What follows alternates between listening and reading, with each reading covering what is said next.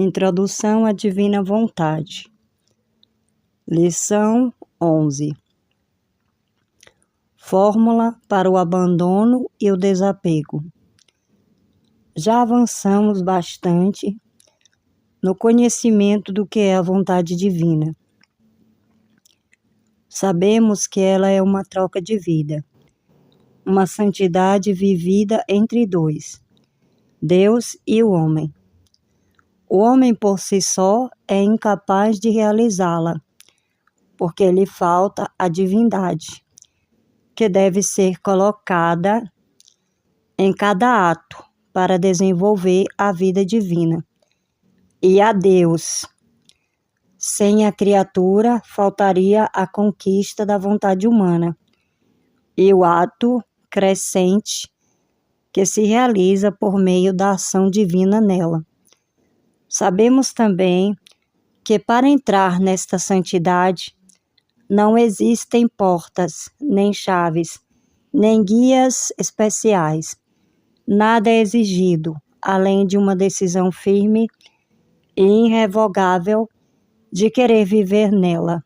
Isso pressupõe conhecer que a vontade divina existe, que Deus deseja dá-la e que nós podemos recebê-la.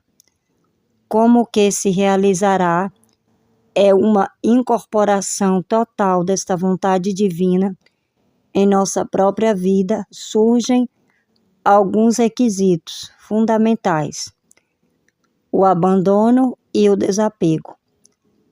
O abandono em Deus significa que, se a nossa vida agora é a própria vontade divina, que possui tudo,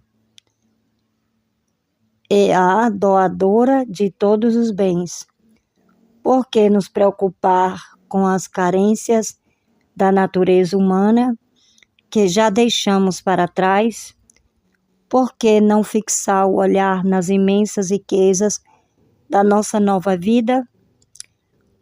O próprio Evangelho nos orienta neste sentido.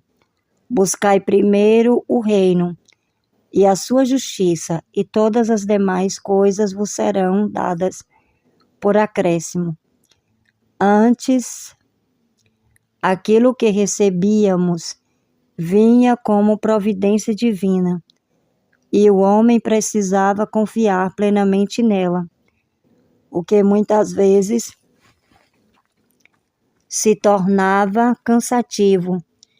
E se não conseguíamos viver assim até agora, podemos nos perguntar: por quê? O desapego é o estado no qual nada nos prende, nada nos chama excessivamente a atenção, nada nos desvia o olhar de Deus.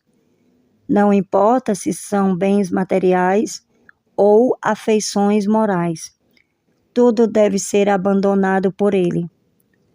Também aqui o Evangelho é claro: quem ama pai ou mãe mais do que a mim, não é digno de mim.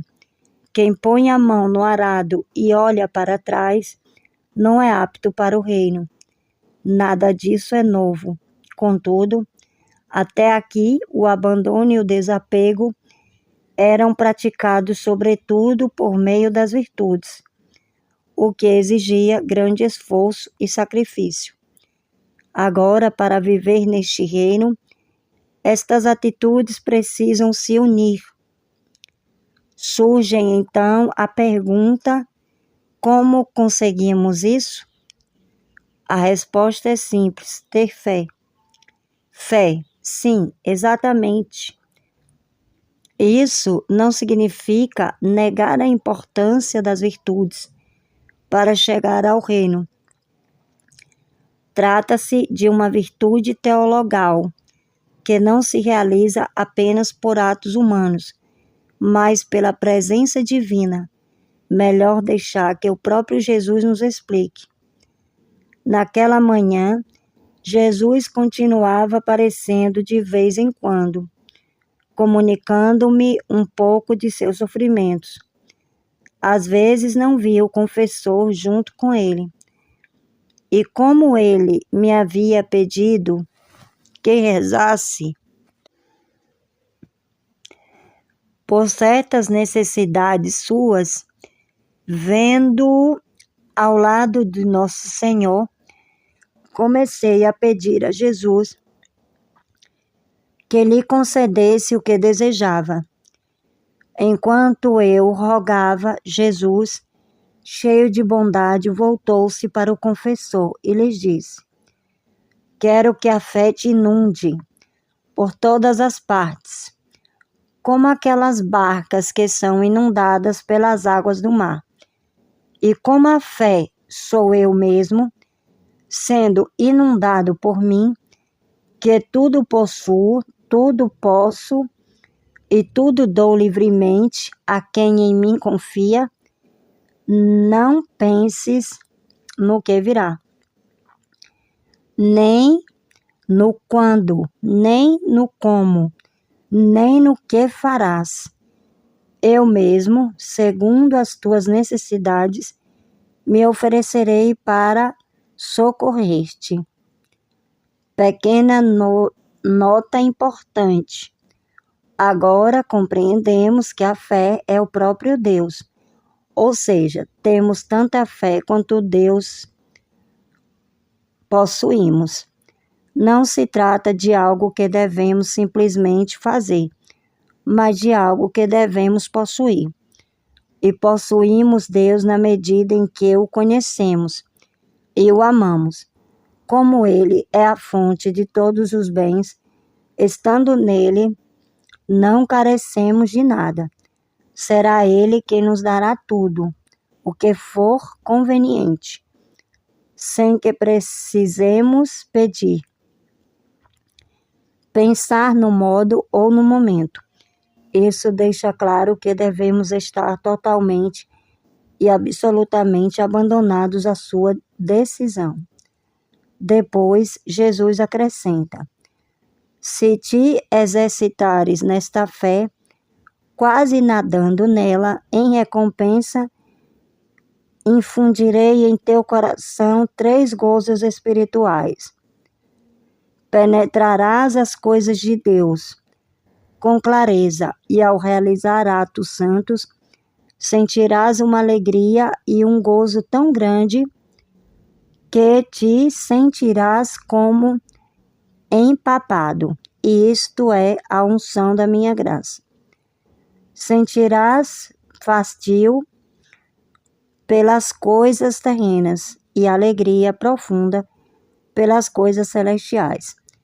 Terás um desapego total de tudo, onde antes sentias inclinações. Sentirás fastio, como já venho infundindo em teu coração, e como já estás experimentando.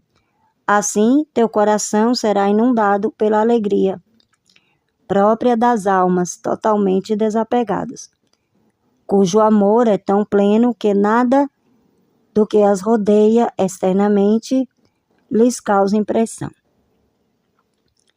Eis, portanto, a fórmula para alcançar o abandono e o desapego. Permitir que a fé, isto é, Deus, nos inunde.